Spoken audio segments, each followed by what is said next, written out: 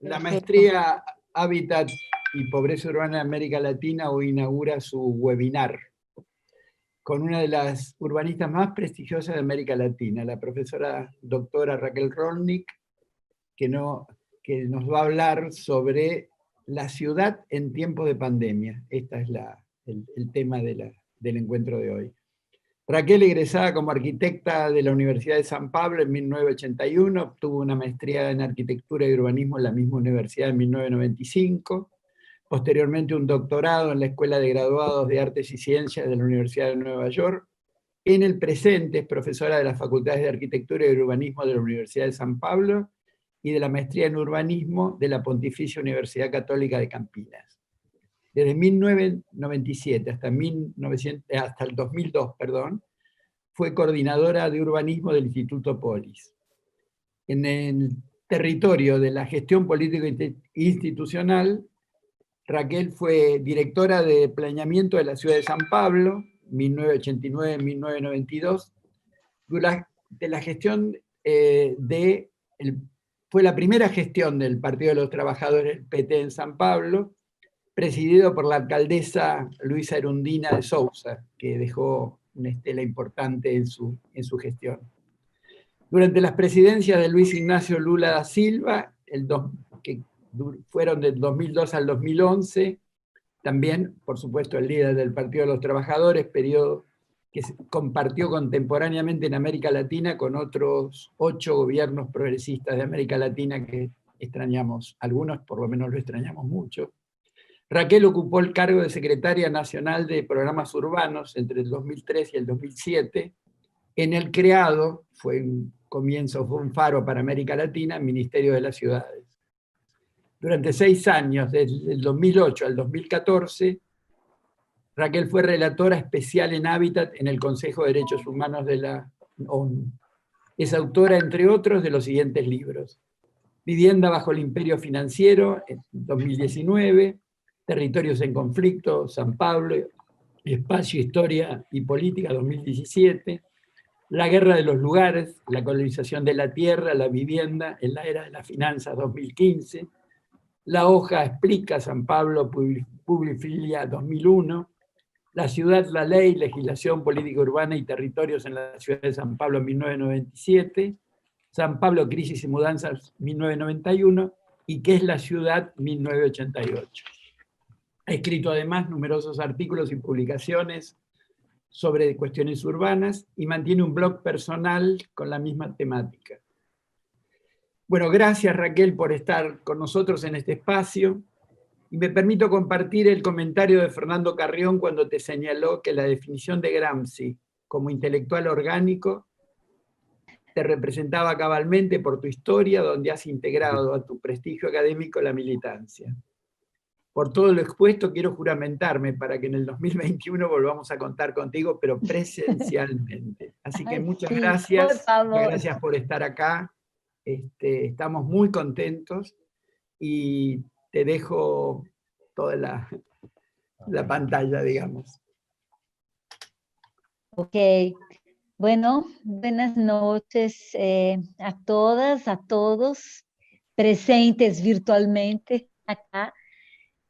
Muchas gracias por la invitación, por la oportunidad, una cosa ya que ya estaba planeada hace mucho para ser presencial y que desafortunadamente por las condiciones de pandemia se ha convertido en virtual, pero intentemos transformar esto en una interacción.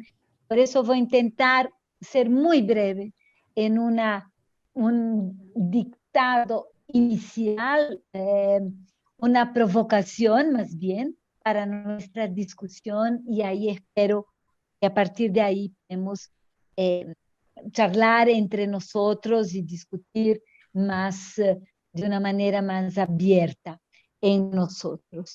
Bueno, mi provocación inicial está basada en básicamente 3 postulados. El primero es que la pandemia no es la crisis, sino la expresión de una crisis. mucho más amplia, y esto lo voy a desarrollar a continuación. Me olvidé de decir que voy a hablar en portuñol, imaginando que estoy hablando en español, contenta, imagino que todos me van a Entender, comprender sí, sí, y me claro. dar crédito por esto. Dos, que la pospandemia, o sea, el nuevo normal o lo que va a pasar después de la pandemia, es un tema en disputa y es muy importante que las condiciones a partir de las cuales estamos enfrentando y atravesando este momento es muy importante para la definición de lo que viene a seguir. Un poco con la idea de que esto no está cerrado, no es una cuestión cerrada, sino es una cuestión en disputa. Y la tercera, y hablando yo desde Brasil y la mayor parte de ustedes desde Argentina y otros países latinoamericanos, creo que es muy importante pensar la ciudad y la pandemia a partir de la periferia del capitalismo, que es el lugar donde estamos nosotros. Uh, bueno, entonces la primera cuestión es la idea de que la pandemia es la expresión de un modelo en crisis. Y estamos hablando de un modelo en crisis. Sí, yo estoy hablando del capitalismo en su fase más reciente, financierizada, pero estoy hablando no de una crisis puntual del capitalismo, como ya hemos tenido varias veces en la historia, sino en este momento una crisis muy estructural, porque no es solamente un problema económico o un problema de flujo de circulación y de plata, sino un problema mucho más amplio, una crisis mucho más amplia que combina una crisis política con una crisis económica, con una crisis social, con una crisis ambiental, o sea, casi como si fuera una crisis de modelo o paradigma civilizacional. Creo que es importante recorrer ahora una idea y la pandemia y el problema fundamental de la pandemia, que es el hecho de que nosotros en nuestra circulación somos los agentes contaminantes y los agentes portadores de la muerte a partir de la circulación de nuestros cuerpos y de nuestros bienes, y el hecho de que la circulación es el elemento central y la posibilidad infinita de circulación y la velocidad cada vez mayor de circulación ha sido en la historia del capitalismo el elemento fundamental de desarrollo del propio capitalismo, los saltos de productividad, los paradigmas de productividad que a lo largo de la historia han permitido crecimiento económico y acumulación sin precedentes que tiene que ver con ritmo y alcance de la circulación hasta el momento donde estamos ahora, que, y exactamente en este momento, explode la pandemia, que es la circulación total y absoluta. O sea, la velocidad es la velocidad digital de un bit, ¿no? La velocidad de circulación es mucho mayor, los medios de circulación mucho más potenciados. Y el hecho de que la circulación es un elemento esencial del capitalismo, y en el momento de la pandemia lo que hay que hacer es frenar inmediatamente la circulación. Ya no se puede circular. Circular es contaminar y contaminar es matar. Entonces, ya estamos en un momento donde hay una contradicción muy grande, y una contradicción que es estructural, porque la condición misma del crecimiento económico es la posibilidad de la expansión infinita de la producción. Más producción, más consumo, más producción, más consumo, más acumulación, y esto es la maquinaria que ha movido el capital y que, a su vez, y ahí vamos a aterrizar en la ciudad, ha sido basada en su principio en dos postulados básicos. Primero, la idea de que el mercado y el mercado libre es el elemento que va a ser capaz de asignar los bienes a las personas y que, por lo tanto, será capaz de posibilitar a la gente acceso a los bienes, a los bienes necesarios para la vida, y que, por lo tanto, la mediación para el acceso de los bienes es siempre una mediación monetaria, es una mediación a partir de la transformación de cualquier cosa en mercancía. Entonces, una es la mercantilización de todo, y ahí empezamos con la mercantilización de algunos bienes hasta que esto avanzó más, hasta que la agua, el sol, el aire y todo esto también se ha convertido en mercancía, ¿no? Esto es el auge, ¿no? del proceso de comodificación, de mercantilización, pero también bajo un vínculo entre las personas y el territorio que las personas ocupan, y ahí aterrizamos en el tema más propiamente espacial, territorial, que es el tema, ¿no? El tema de nuestras escuelas, de nuestra disciplina de la arquitectura y del urbanismo, que es todo el proceso de circulación está basado en un solo modelo hegemónico de relación entre las personas y el territorio, que es la propiedad. Y la idea de propiedad no es solamente una cierta relación de tenencia, sino también tiene una figuración matemática, escalar, o sea, la idea de correspondencia entre un trozo de territorio, un pedazo de territorio vivido, existente, a unas coordenadas abstractas, que es el registro de la propiedad, que permite entonces que la tierra no solamente sea transaccionada como mercancía, pero que también tenga un precio y un valor. Y la idea de la propiedad, y la idea de la propiedad como único vínculo posible entre los habitantes y su territorio, es una idea que ha nacido de una forma absolutamente revolucionaria en su tiempo, hace 250 años, 300 años en Europa, ¿no? en un movimiento revolucionario de la burguesía contra la opresión y la omnipotencia de la aristocracia, y la utopía revolucionaria de su tiempo era la idea de una sociedad de propietarios libres, y libremente asocia una democracia de propietarios libres. Entonces, esta fue la utopía revolucionaria iluminista que, por vía del colonialismo, se expandió como un modelo único, hegemónico sobre todo el planeta.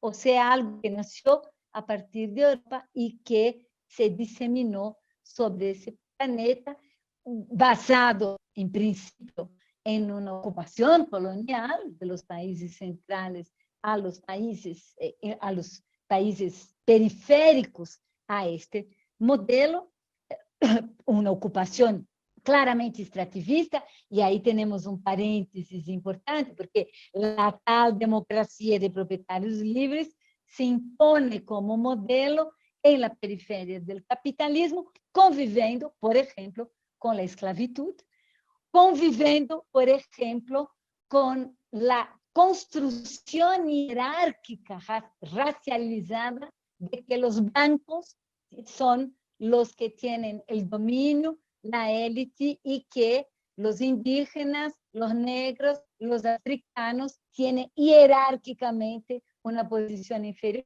Los hombres blancos son los que dominan. Las mujeres también tienen una posición inferior. O sea, todo ese sistema también estuvo basado en jerarquías raciales, jerarquías de género, que se superimpusieron sobre las maneras y las formas de organizar el territorio en estos otros ámbitos, en estas otras ciudades, y que después, ya en el periodo postcolonial, ya no se necesitaba más de una ocupación colonial militarizada, porque las élites locales ya estaban totalmente adherentes a este modelo. Y ahí estamos hablando de colonialidad, estamos hablando, y esto es muy importante para entender y pensar en nuestras ciudades, porque los modelos que han digamos, definido las formas hegemónicas de planificación urbana, de diseño de la ciudad, han sido históricamente estos modelos definidos a partir de un paradigma y relaciones con el territorio que simplesmente residualizaron o estigmatizaron todas las formas y todas las relaciones con el territorio que no pasaban por la propiedad privada, individualizada, mercantilizada. Y por lo tanto, lo que tenemos, y esta es la historia de nuestras periferias, de nuestras villas, de nuestras slums, de nuestros kampungs, y estamos hablando de diferentes nombres a todo lo que es la construcción de ciudad que no está bajo este paradigma, este modelo, y que modelo que jamás ha sido capaz de transformar radicalmente todo el territorio y todas las relaciones, ¿no? Nunca, porque siempre permanecen esta no ciudad, esta ciudad informal, no sé cómo se puede decir informal, sin forma, una cosa que no tiene mucho sentido, ¿no? Pero una ciudad cuya lógica de organización y de estructuración no es la lógica hegemónica, y que nunca ha sido completamente destruida y transformada en otra, pero siempre permaneció dentro de nuestra ciudad como otra ciudad, la ciudad del otro. Y la ciudad del otro, que se afirma como no ciudad, como carente, muy ilustrativo es el nombre que la Agencia Demográfica Brasileira, IBGE, denomina las villas, aglomerados subnormales. O sea, la idea de una gestalt que afirma la idea de subnormalidad, de ilegalidad, para algo que en realidad ha sido siempre casi la mayor parte de la ciudad, asentamiento en la ciudad, que no es totalmente destruida para suplantar a otra, sino que permanece en una especie de transitoriedad permanente, o sea, una parte de la ciudad que nadie sabe exactamente si es para durar para siempre, si es provisional, si va a seguir, si va a se transformar, y esto cambia, y esto es una parte fundamental del juego político en nuestra ciudad, es mantener una parte de la ciudad en una especie de suspensión, en una especie de estado de excepción permanente, que puede ser o negociado políticamente, cuando se necesita un apoyo político, o destruido cuando se necesita para una nueva frente de expansión, ¿no? Para la ciudad que se organiza bajo la lógica de un capital, de la mercancía, de la propiedad, de los circuitos internacionales de circulación. Claro que es importante decirlo que en este momento, y digamos, esta fase del capitalismo, y tomando todo este tema de la producción del espacio, yo empecé hablando de la periferia del capitalismo, y desde la periferia de nuestras ciudades, también el centro o el modelo hegemónico en el periodo más reciente. No voy a hablar de la planificación modernista, del paradigma modernista del urbanismo, de la creación urbana, podemos discutirlo después, pero quiero hablar de la tendencia mucho más reciente del urbanismo y de la planificación urbana bajo el neoliberalismo y la financiarización. ¿Y por qué es importante decirlo? Porque con el proceso de crecimiento cada vez mayor de la acumulación de capital financiero global, sin las barreras que existen para la libre circulación del capital financiero global, esto permite que tengamos ahora una masa, una escala muy grande de capital excedente financiero que circula libremente sobre el planeta sin tener barreras para poder bajar en el territorio, y que encontró en el espacio construido, el real estate, un enlace fundamental para el proceso de acumulación financiera. Y el proceso de acumulación financiera es un proceso que, a la vez que invierte para generar interés, para ser más grande, para generar interés, para ser más grande, para generar interés, para ser más grande. O sea, la idea de como dice David Harvey, un crecimiento exponencial, compound growth, en sí mismo, que encontró en el espacio construido un enlace fundamental. ¿Por qué? Porque el espacio construido puede funcionar para el capital financiero como collateral, como garantía, y esto conocemos nosotros muy bien. Si queremos un préstamo en el banco, la primera cosa que el gerente del banco nos pregunta es: ¿tiene algún inmueble como garantía? Si tiene, bueno, te doy la plata. Entonces, imagino que esto en la escala de los grandes players, de los grandes fondos de inversión, de los grandes equity funds, también de las reservas bancarias de los países, esto es muy importante, acumular activos, assets. Y el espacio es una garantía, es un asset fundamental.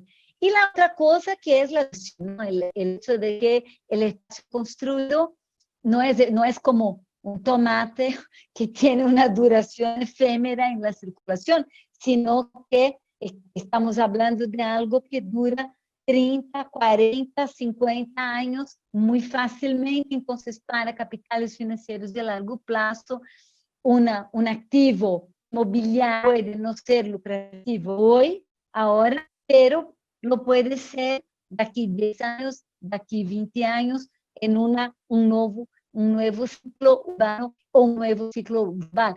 El hecho de que grandes players internacionales entonces acumulan activos inmobiliarios en todo el planeta y con temporalidades y expectativas distintas, hace con que en la ciudad crecimiento, ahí esto hace parte de los gobiernos y de las políticas de planificación urbana, que han cada vez más se voltado hacia atraer essas massas de capital excedente para su própria ciudad, e oferecendo espaços de la ciudad para que estos artefactos y estas morfologías pudieran desarrollarse, pudieran transformarse. Un ejemplo muy grande de este tipo de conexión, y estamos hablando de complejo inmobiliario financiero, es el centro comercial, el shopping center, el shopping mall. Para quienes piensan que el shopping mall es un establecimiento comercial, está súper equivocado. El shopping mall es un establecimiento financiero. Es una manera de juntar distintos capitales financieros en un proceso de valorización. Y ahí estamos hablando de transformación de la ciudad hacia morfologías, que son morfologías capaces de generar interés, generar renta en el largo plazo, mucho más do que morfologías para poder abrigar la gente, la vida, las necesidades fundamentales de la vida. Entonces, por ejemplo, cuando nos preguntamos, pero estas torres brillantes con espacio de oficinas tan grandes que están todas vacías y que son semejantes y vas en ciudades tan distintas como Jakarta, Rio de Janeiro, Joanesburgo, Chicago, y ves el mismo artefacto ali arquitectónico, en realidad no es una epidemia de falta de imaginación arquitectónica y urbanística, sino son morfologías y artefactos que están absolutamente ligados a la lógica de producción financiera del capital. O sea, estamos hablando de un proceso extremista, de un proceso de consumo de espacio, de un proceso de competición por el territorio con la vida y con la gente, que alimenta básicamente la posibilidad de generar interés y renta financiera global. Y nosotros, dentro de la ciudad, tenemos que acomodarnos a una competencia y a una competición con estas morfologías. Y pensando que son morfologías y proyectos de ciudad muy basados en toxicidad. ¿Por qué toxicidad? Porque estamos hablando de un modelo de ciudad dependiente de los carburos, estamos hablando de un modelo de ciudad que consome elementos de la naturaleza, que polui, que contamina, que mata, pero que es absolutamente necesaria su reproducción, no porque es necesaria para la reproducción de las necesidades humanas, sino que es necesaria para la reproducción de las necesidades del capital. Y como, volviendo un poco la idea de que la pandemia es expresión de esta crisis, y llegando a lo que espero que sea la última parte de mi provocación en este momento, que es el futuro post-pandemia, hemos visto que la implementación de las nuevas formas del complejo inmobiliario financiero, como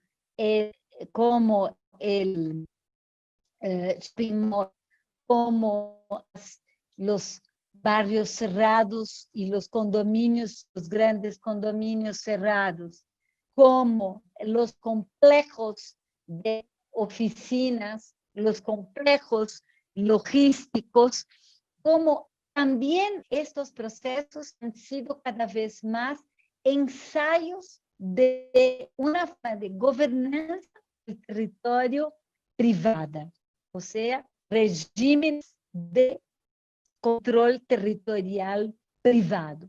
Regímenes de control territorial privado con técnicas de seguridad, control de cámara, control de movimientos, técnicas digitales de control de los cuerpos, y ahí podemos hablar en estos modelos de ciudad cada vez más grandes, hacia, por ejemplo, ciudades enteras. Hubo un intento como este en Honduras, varios intentos como este en la región de Bangalore, India. En el momento de la pandemia, en situaciones como de Israel, de China, también de Corea, el modo de organización y el modo de enfrentamiento de la pandemia ha sido la exacerbación de este tipo de control y de este tipo de régimen territorial, privado, controlado, digamos, con un horizonte, digamos, y este es uno de los modelos en disputa, un horizonte distópico donde toda la circulación va a ser controlada digitalmente, todo el espacio va a estar vigilado y bajo control, y todos los gestos y toda la vida va a ser totalmente mercantilizada y articulada a partir de puntajes de control. Creo que este es uno, y parte de todo el bla, bla, bla de Smart Cities, de ciudades inteligentes, tiene que ver con este tipo de modelo y este tipo de control y este tipo de utopía, a mi juicio, bastante distópica. Pero un poco para poner otras cuestiones sobre mí, creo que también la experiencia de la vida en la pandemia nos está enseñando otras posibilidades y otros circuitos. Y esto lo vemos particularmente a partir exactamente de los llamados asentamientos, periferias, los informales. ¿Y de qué estamos hablando? Estamos hablando de construcción de circuitos de vida colectiva autogestionados para protección de la vida. Entonces, yo puedo dar un montón de ejemplos en una ciudad como la mía, São Paulo, donde definitivamente no hubo una política pública de protección y prevención, sino, de nuevo, el modelo absolutamente colonialidad, que es quédate en casa, como si la vida de nuestros habitantes de nuestras ciudades pudiera estar, primero, tenía que tener una casa, tenía que poder trabajar conectado en el Zoom como estamos nosotros, y podría tener también, para que nosotros podamos estar acá conectados en el Zoom,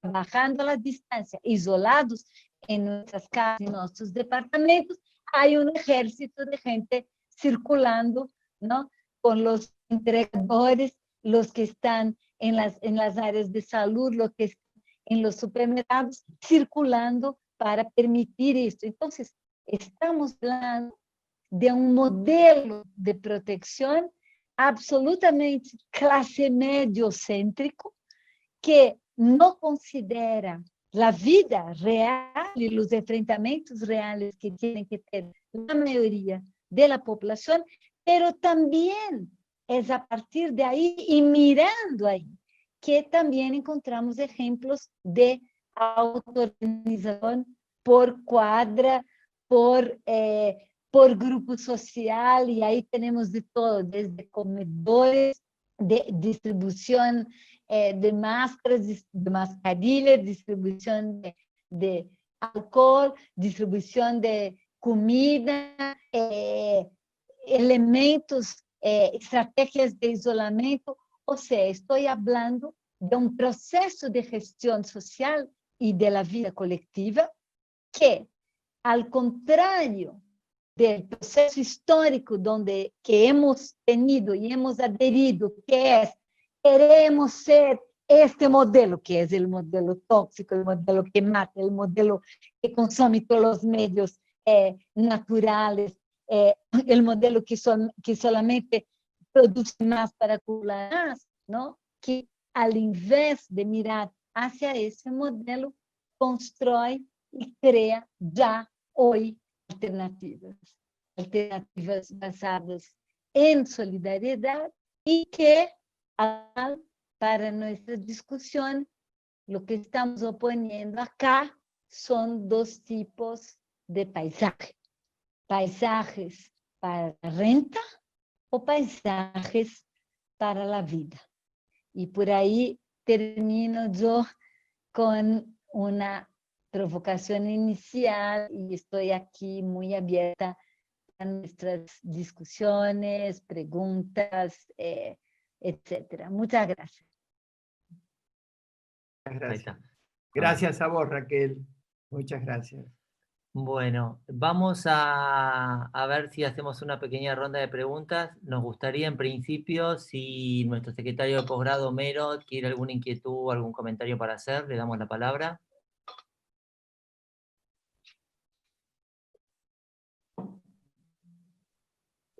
Perdón, ahí estaba, no me salía el micrófono. No, a mí me parece muy interesante todo el planteo de Raquel en términos de, por lo menos, cómo ubica la pandemia en términos del emergente, del problema más global del urbano y de la problemática de un sistema básicamente que plantea problemas de desigualdad ya en su estructura. Así que desde ahí me parece muy interesante el planteo que hace Raquel y cómo lo desarrolla y las aristas que plantea como soluciones o caminos posibles para esta situación. Así que desde ahí a mí me parece muy valioso el planteo que hace en términos de perspectivas hacia el futuro y cómo podemos plantarnos o cómo poder desarrollar estos caminos que nos vendrán al futuro, ¿no? Así que a mí me ha resultado muy revelador todo lo que ha planteado Raquel, así que le agradezco mucho. Gracias, Homero. Gracias, Homero. Bueno, también está nuestra codirectora, Mónica Lacarreu, también si quiere hacer alguna consulta, comentario. Mónica. Está cerrada. Está cerrada. Tiene que abrir el SIDO. Hola, hola a todos. Está cerrada. Ahí está.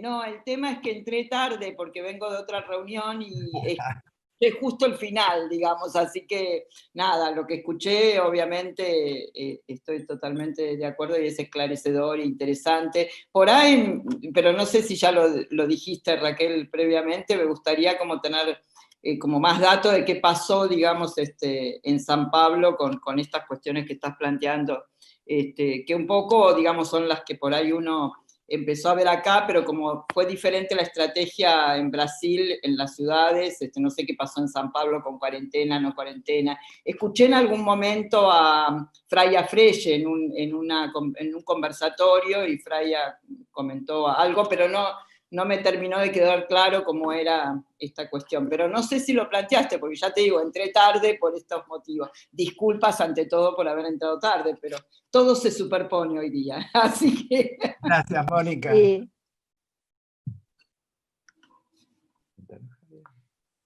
Sí, no sé si vos, Raquel, le querés responder o...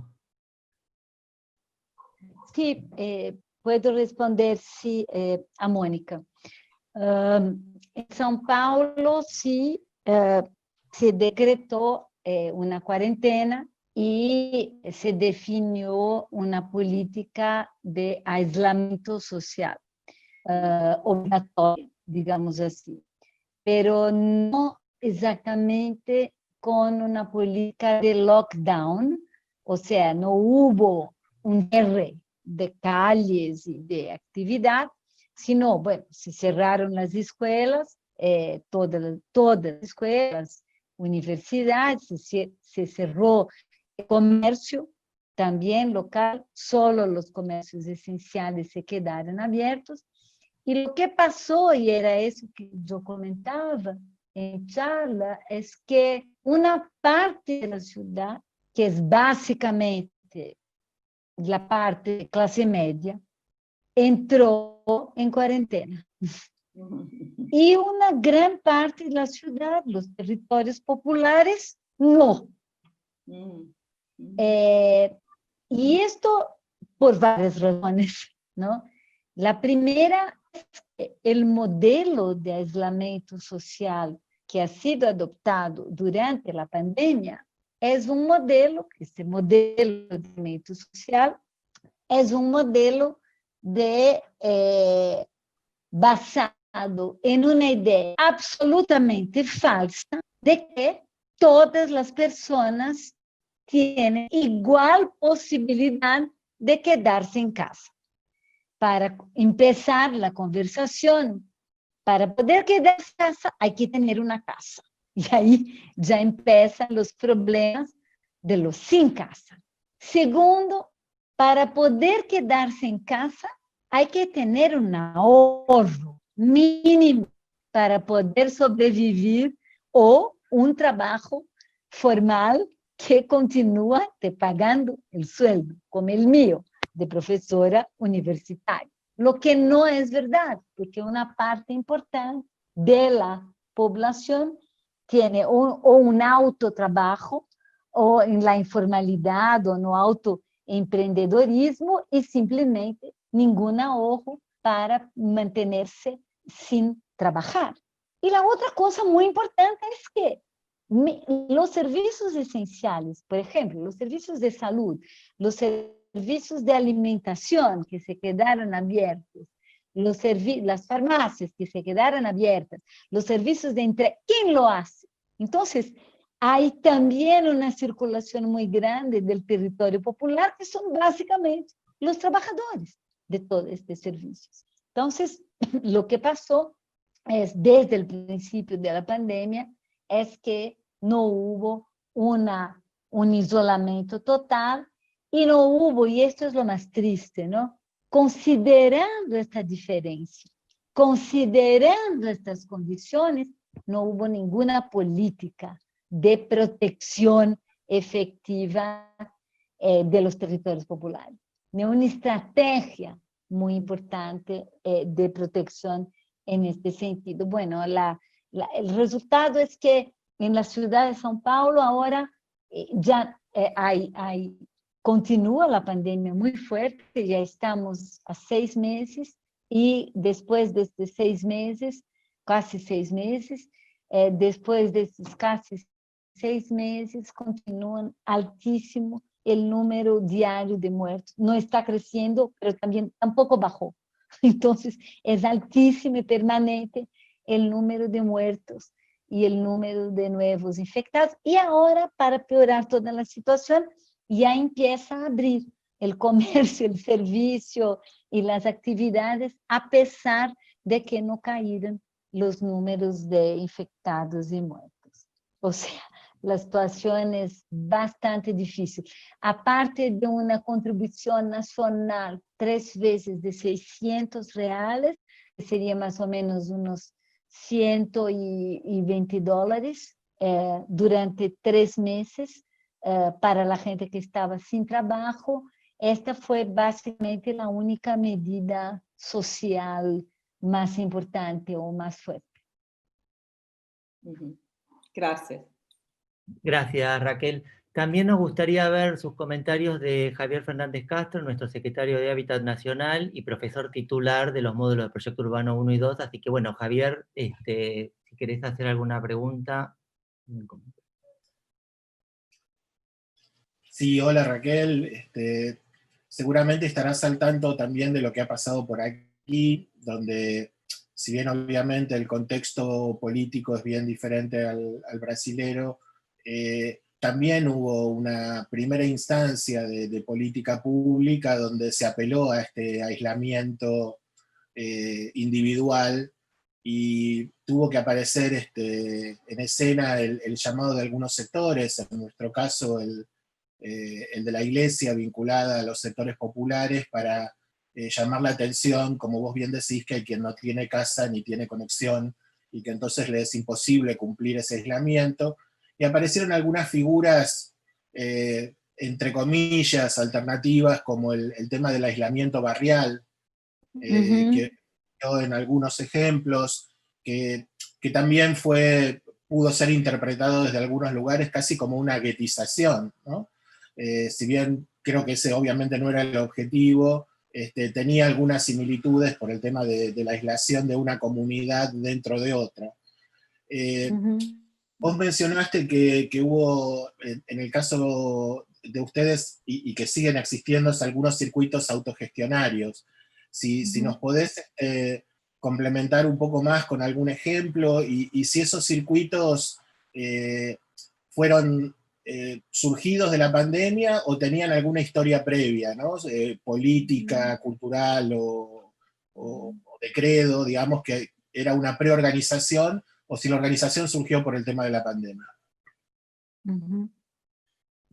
¿Lo contesto de una vez? Sí. ¿Sí? Sí, Okay. sí.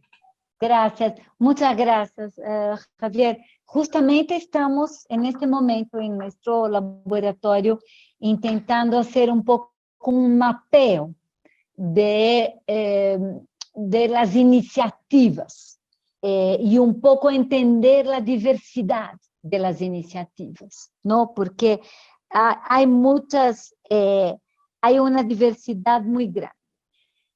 Lo que puedo yo afirmar es que lo que existía de previamente organizado, sea movimiento social organizado, hay un movimiento social en torno al tema de la vivienda organizado en Brasil y en São Paulo, histórico. Entonces, ¿dónde estaba un movimiento social organizado?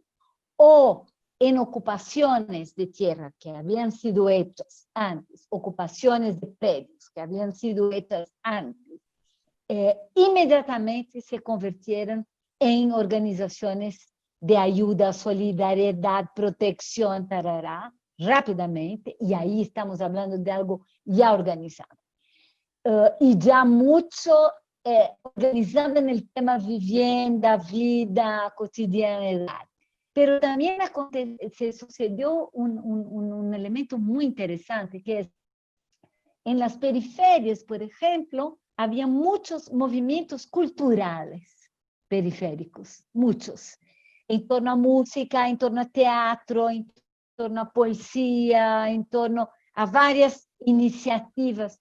Estos también, muchos de estos colectivos, muchos colectivos, inmediatamente también se convirtieron en puntos de distribución, de aglutinación, de organización para el combate a la pandemia.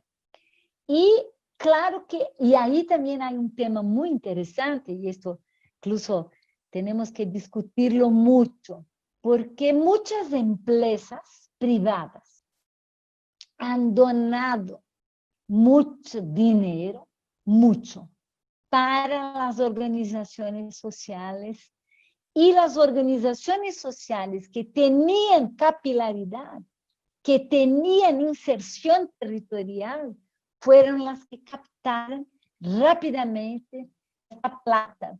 O sea, no pasó por el Estado, pasó por la organización social, pero pasó también mucho por una actividad empresarial y de grandes empresas donaron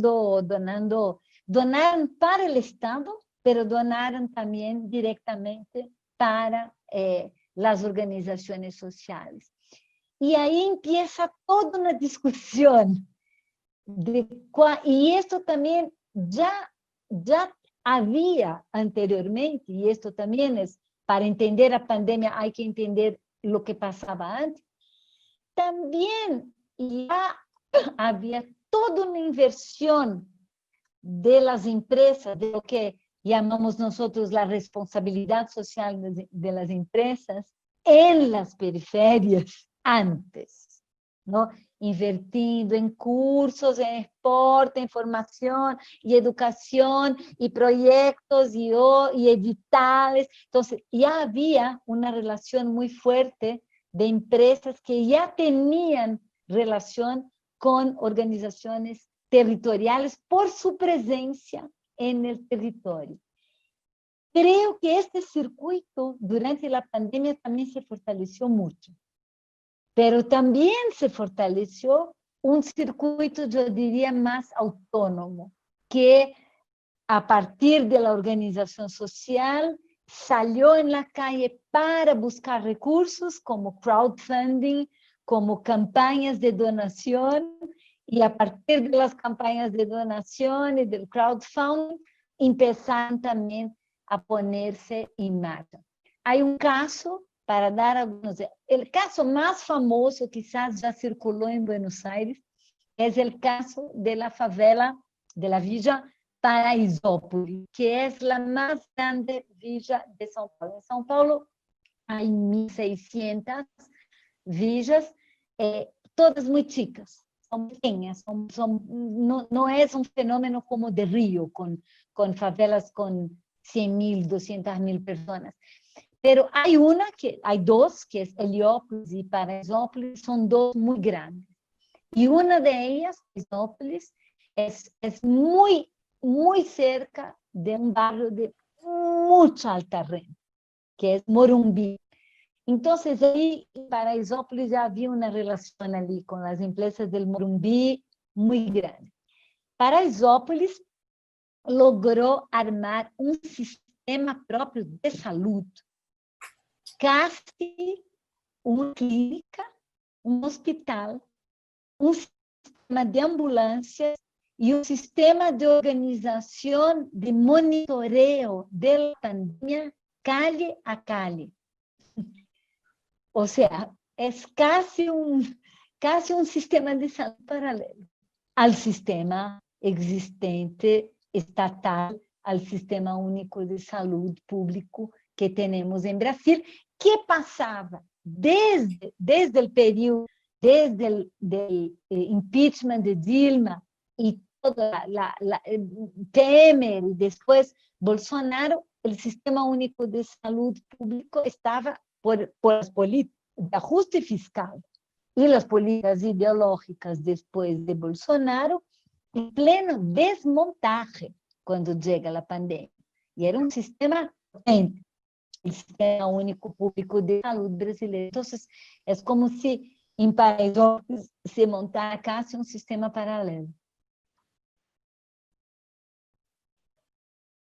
Gracias, Raquel. Teníamos una pregunta también de la doctora Cristina Cravino, que es profesora también del módulo La Cuestión Urbana en América Latina. Cristina la había planteado en el canal YouTube, pero bueno, está acá con nosotros. No sé si Cristina la querés repetir. Bueno, en realidad vuelvo atrás, me quedé con lo último, que es interesante porque hay algunos paralelismos con lo que pasó en Buenos Aires y la importancia de las redes barriales previas para atender la pandemia mientras el Estado llegaba, pero bueno, en realidad era más como para las primeras partes. Bueno, en primer lugar, felicitarte, Raquel, siempre nos dejas pensando y nos colocás un poco, corres el eje a cuestiones más profundas, para salir a veces de miradas más pequeñas y coyunturales. Uh-huh. Y bueno, cómo hay cuántas cosas se juegan de transformaciones detrás de lo que aparece, más también incluso una disputa más económica del mercado, y bueno, cómo se va más allá, y sobre todo las concepciones de la propiedad, cómo vienen jugando detrás. Pero bueno, entonces quería preguntar un poco, en base a todo lo que venís siempre trabajando con la financiarización, ¿qué estás encontrando en las favelas y qué vínculo tendría eso con estos procesos profundos que se vienen consolidando en el capitalismo financiero y sus vínculos con el mercado inmobiliario? Uh-huh. Muchas gracias, Cristina. Sí, muchas gracias, Cristina. Mucho placer de encontrarte acá, a pesar de encontrarte en el Zoom, ¿no? Nuestra nueva calle. ¡Ay, qué horror! Quiero estar contigo en la calle de nuevo. Sí. Bueno, creo que lo que planteas ahí, para contestarte, creo que es importante plantear dos cosas. Primero, hay una discusión, cuando pensamos en las redes barriales y la relación con el Estado, hay una discusión muy importante que creo que hay que hacer para pensar la pospandemia.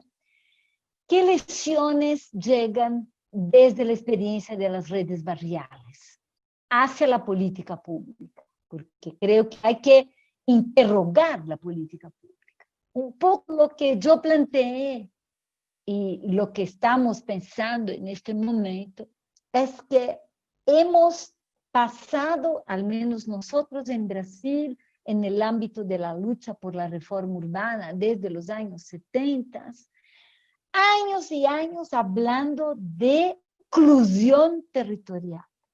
Inclusión territorial.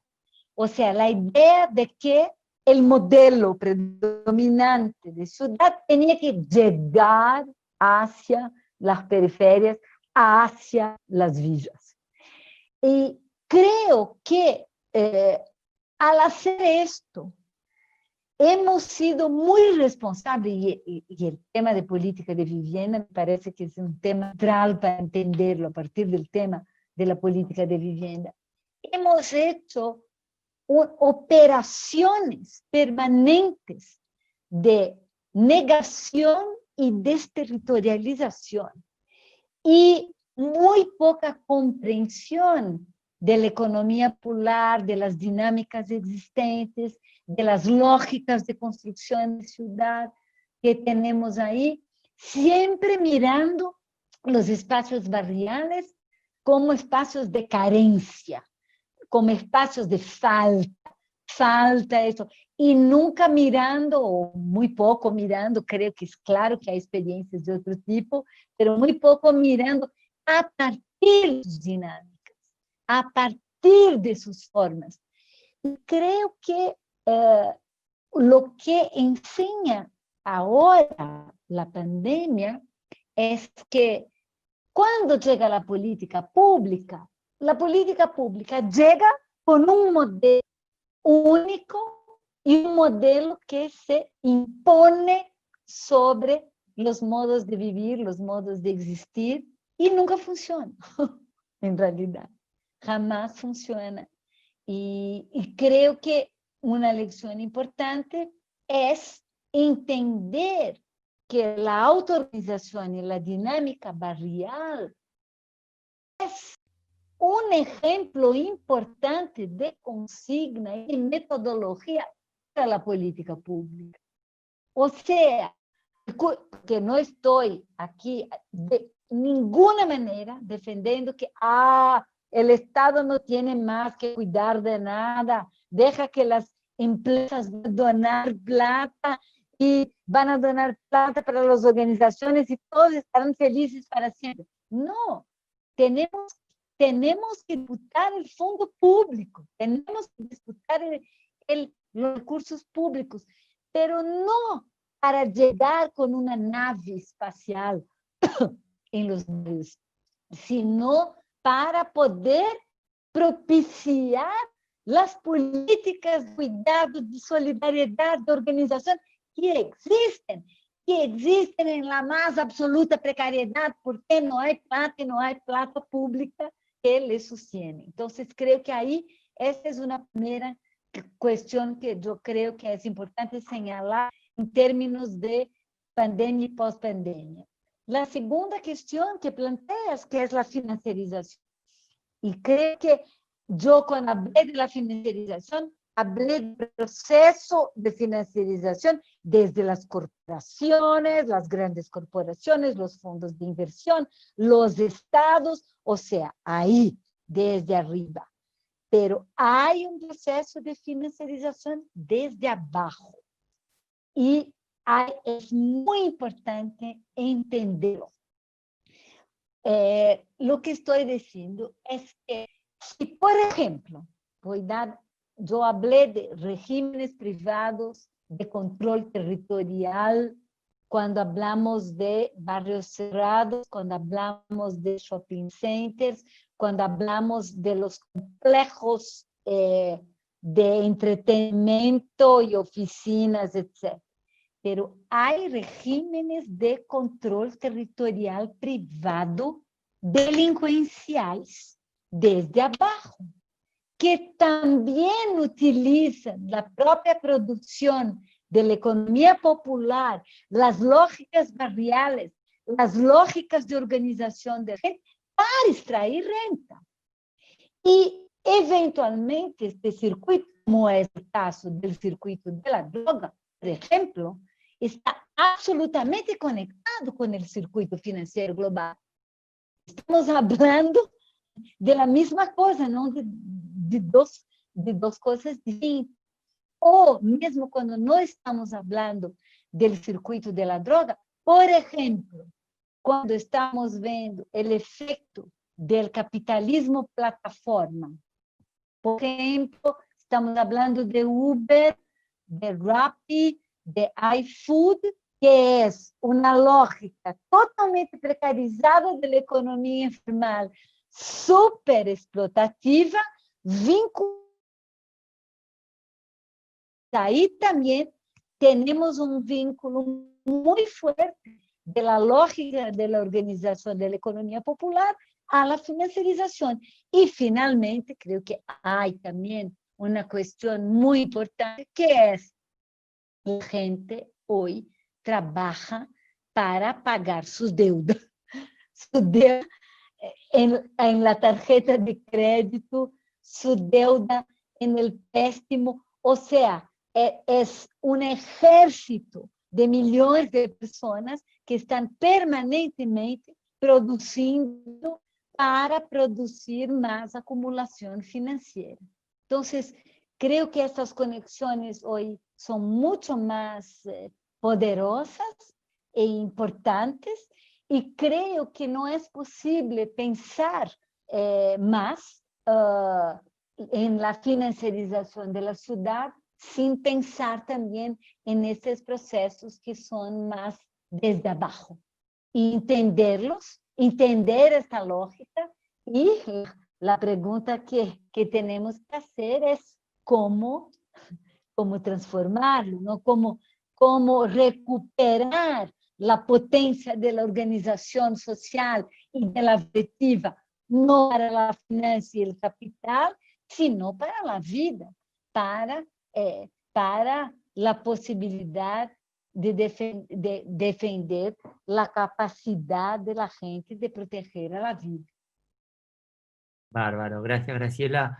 Bueno, ahora seguimos con las preguntas de los alumnos. Acá Gabriela nos pregunta qué rol tienen los movimientos sociales en la construcción de un nuevo paradigma de construcción de ciudad y cómo incluir a los residualizados en este debate. Y de paso también te quería contar que nos está acompañando la doctora Adriana Clemente, que es titular del módulo de políticas sociales del hábitat, así que también le mandamos un saludo a Adriana. Bueno, ahí tenemos esta pregunta, Gabriela, esperamos después que tomes el agua, tus comentarios. Claro. Sí, yo hablé un poquito, creo que da un poco de esta pregunta, ¿no? de los movimientos sociales, pero quisiera aprovechar la pregunta para discutir un poco el tema de la participación, ¿no? La participación, Claro. La famosa participación ciudadana, ¿no? Que ha sido, al menos para nosotros brasileños involucrados en los movimientos por la reforma urbana, uno de los ejes del movimiento de la reforma urbana. Un poco la idea, un poco la utopía y la idea que hemos tenido desde los 70, que es que la ciudad excluye porque el proceso de decisión sobre las políticas urbanas es excluyente. O sea, jamás ha tenido una locución con las personas, jamás ha tenido un espacio mucho más abierto. Y que la democracia representativa, a través de partidos, elecciones, es capaz de representar algo, pero no todo, y que la democracia representativa debería ser complementada, y esta fue nuestra utopía ahí de los años 80, por la democracia directa.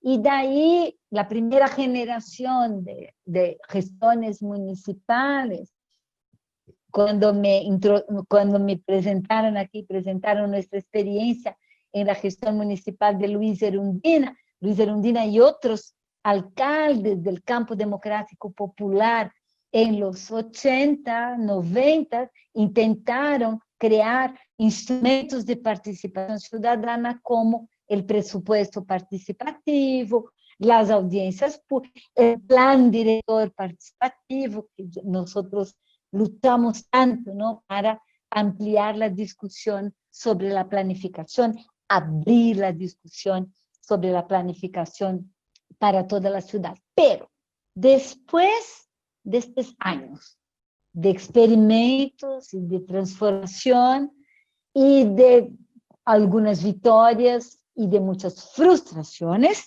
con respecto a lo que hemos logrado con los espacios de participación, y es importante señalar que sí, hay cosas importantes que se ha logrado, no todo es derrota, fracaso, hay mucha cosa importante a recuperar ahí, pero creo que, pero menos en el proceso brasileño, se pasaron dos cosas. Primero, los partidos del campo democrático popular, particularmente el Partido de los Trabajadores, en la medida que se institucionalizaba cada vez más y entraba en el juego político parlamentar de la democracia representativa con cada vez más fuerza y más presencia, con alcaldes, gobernadores, parlamentares elegidos y después hacia la presidencia de la República, los procesos de decisión nunca han sido efectivamente los espacios participativos. Los espacios participativos se han transformado a lo mejor en espacios de escucha. Y más, hay un otro proceso que se pasó dentro de este espacio, en los consejos, en las conferencias, todo que se ha elegido, a partir de todos los mecanismos participativos que se han introducido ahí, la lógica partidaria también penetró en estos espacios. De manera que estos espacios se transformaron en espacios de acogimiento, se fala acogimiento, no sé, un espacio de expresión de lideranzas que estaban en las orillas, en las franjas de los partidos. O sea, esos espacios también se partidarizaron, esos espacios también entraron en la lógica más general de la política y de locus de definición de política abierta a la ciudadanía, se han transformado en locus de distribución selectiva de beneficios del Estado, como es el juego político partidario. No sé si quedó claro más o menos. O sea, con esto la potencia se despotenció. La idea de democracia directa se perdió mucho la fuerza. Es mucho más un teatro do que propiamente un espacio de formulación y construcción de políticas. Lo que significa que, entonces, vamos a abandonar la idea de participación. No, pero creo que hay que reverla.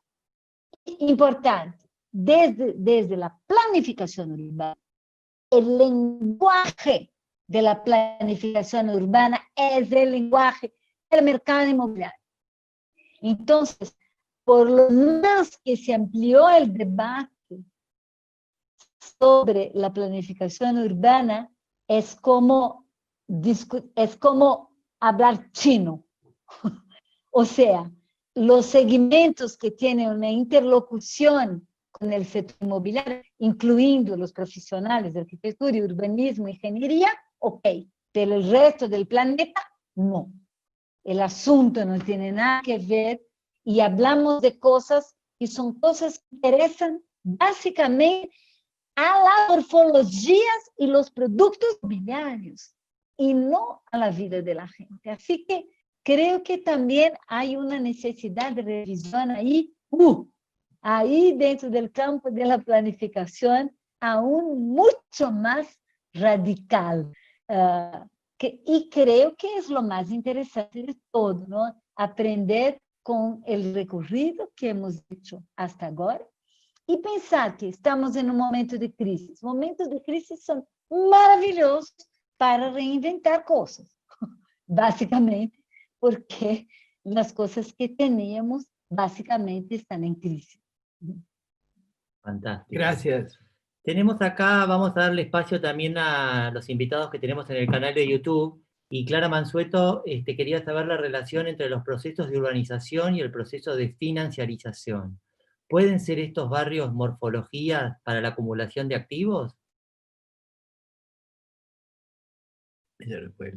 No sé exactamente de qué barrios está se refiriendo, mas básicamente sí.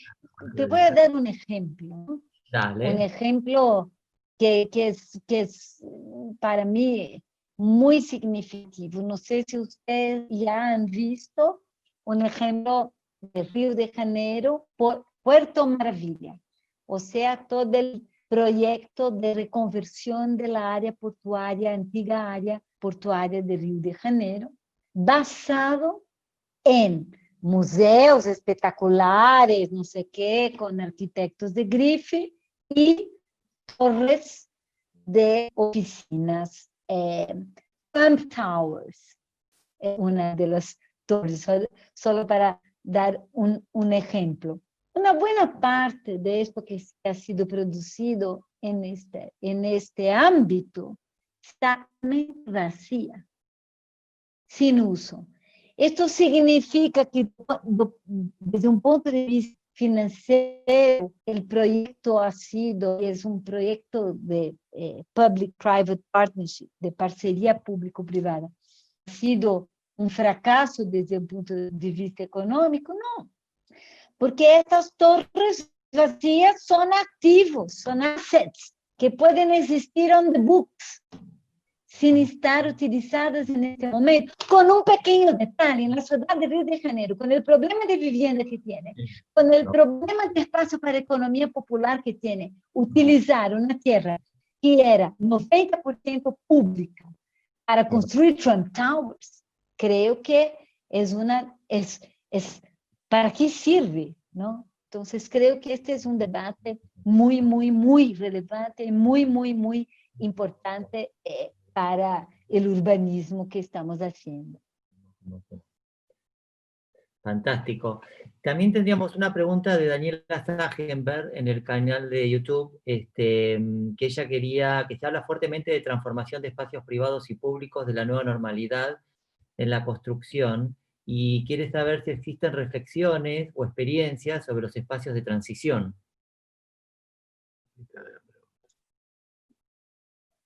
Tengo dos respuestas para él.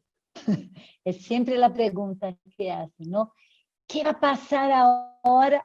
Porque hemos, en los últimos, yo no sé, unos 20 años trabajando con la idea de la promoción del espacio público, desde el modelo Barcelona y después Frangel y no sé qué, y era toda la idea de los espacios públicos son es el eje de la ciudad, y en nombre de los espacios públicos se hizo muchos hoteles inmobiliarios, bueno, pero también hemos vivido en espacios públicos y es verdad que los espacios de los parques, de los espacios de las calles, de los espacios comunes son súper importantes y son una estructura importante de la ciudad. Entonces la pregunta es, ¿qué va a pasar con estos espacios si ahora ya no podemos encontrarnos en estos espacios públicos?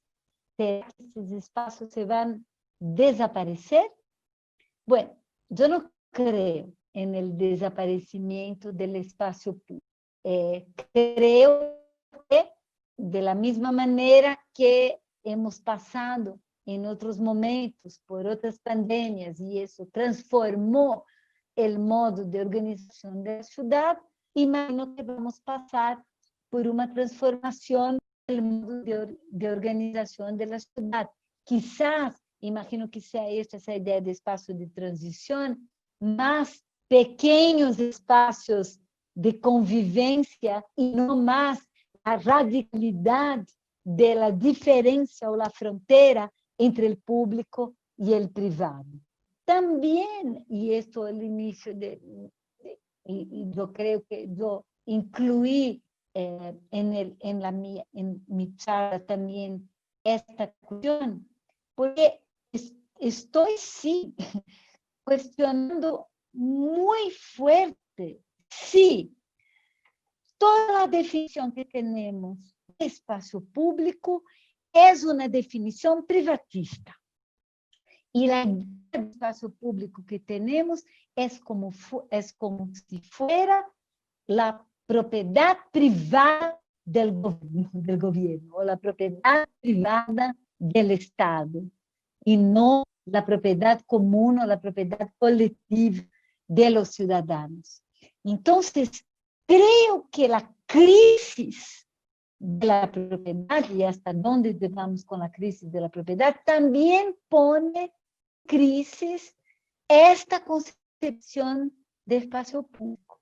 Imaginemos entonces que un espacio mucho más común do que público es la idea de un espacio de todos, ¿no? Entonces creo que una utopía en este momento post-pandemia es también la revisión de la visión privatista del espacio público, que permitió, y hablar de esto en Argentina creo que es fundamental, permitió, por ejemplo, que se privatizara, ¿no? Muchos espacios públicos y muchos bienes públicos con efectos de mucha exclusión, ¿no?